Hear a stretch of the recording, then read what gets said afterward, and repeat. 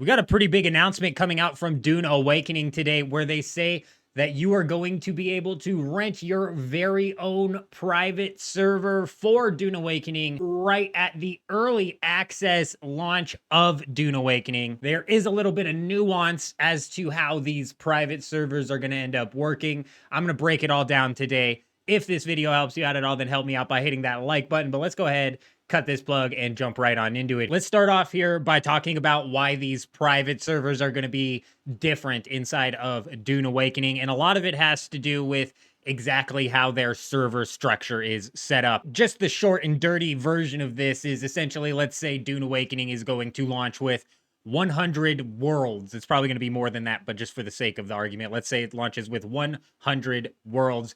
Each one of those worlds is going to have dozens and dozens of different Haga Basin servers where 40 players are going to be able to run their own kind of PvE Haga Basin server. However, each of those servers are going to connect to one singular deep desert for that world. So if the game launches with 100 worlds, there will be 100 deep deserts, 200 social hubs, all separated from each other, quick and dirty. Nice.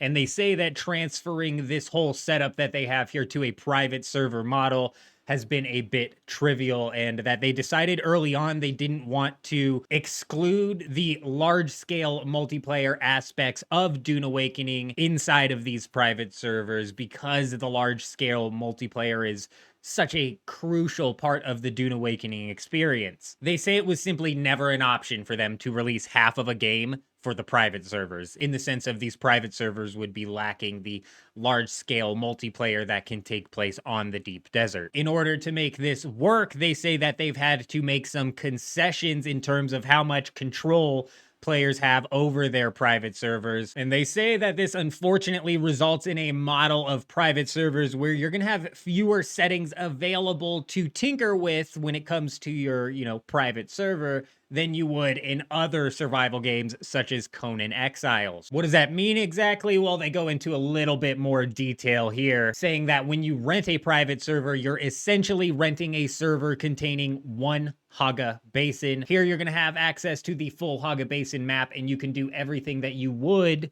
be able to do on an official server. However, your private server is going to belong to a world consisting of other private servers. You're going to be able to choose which world your private server is a part of when you rent yours from a provider. However, you are going to have to be in an overarching umbrella world, if you will, that contains the deep desert. This means that you're still going to be able to take full advantage of Dune Awakening's large-scale multiplayer if these private servers have enough players on them. But this is including things like visiting the social hubs and the deep desert to meet and play with people from any private server that happens to be in that same world. They specify that the players do not rent or control the social hubs nor the deep desert. These are something that's provided by the server hosting company, who ensures that each private server's world has them. I can already see about 24 problems, sparking up from this. For example, typically inside of, a private server, you can adjust settings such as like harvest rate. And now all of a sudden you're getting 1,000 times the amount of granite you would from a single granite stone, right? However, they did mention that the amount of settings you're going to be able to tinker with is lower than normal. So I'm not even sure if those will be in there. But on top of that, all of these private server players are going to be,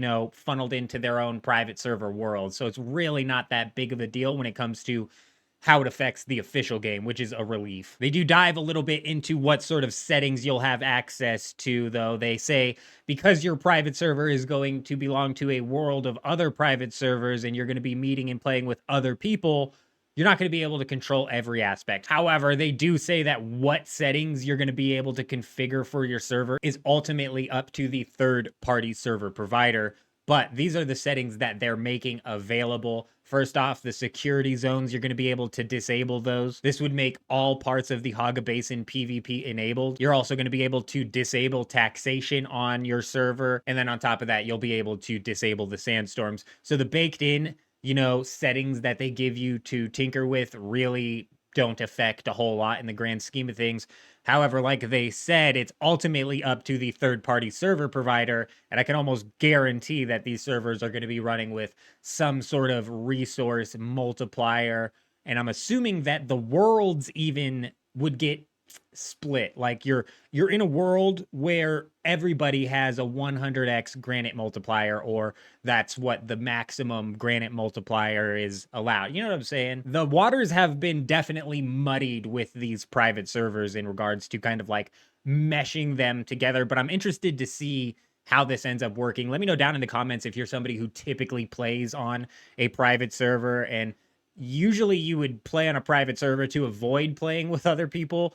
However, they're still forcing you to play with other people in order to experience the whole game. And I'm curious as to exactly how that's going to end up playing out. Let me know down in the comments what you guys think about that. They do also mention that you're not going to be able to transfer your characters from these private servers, at least not immediately at launch. It may be something that they evaluate post-launch. Visiting other private servers, they talk about how just as if you were playing the official servers and you would swap worlds, you could swap between different private servers doing the same thing. You would, of course, have to have the server password, blah, blah, blah. I'm assuming they're not talking about being able to swap from official servers over to private servers, even if you happen to have the password just to visit and then back, right? Because that could lead to some whole balancing issues where you're picking up stuff from the private servers.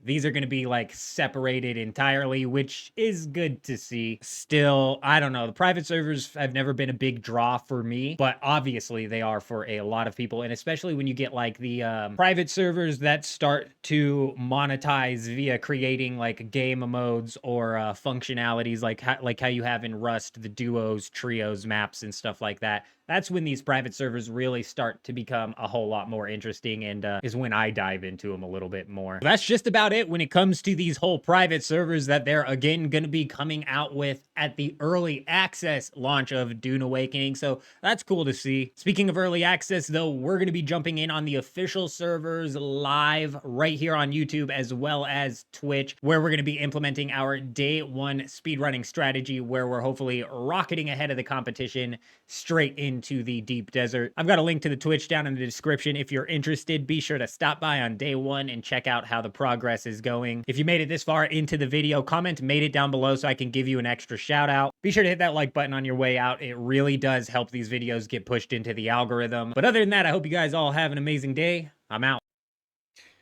Be gone, you say. What could that possibly even mean? I think we're... What is that? It's a portal. Oh. Oh.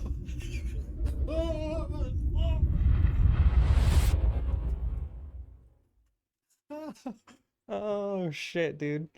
I'm just kidding. We're fine. Don't even worry about it.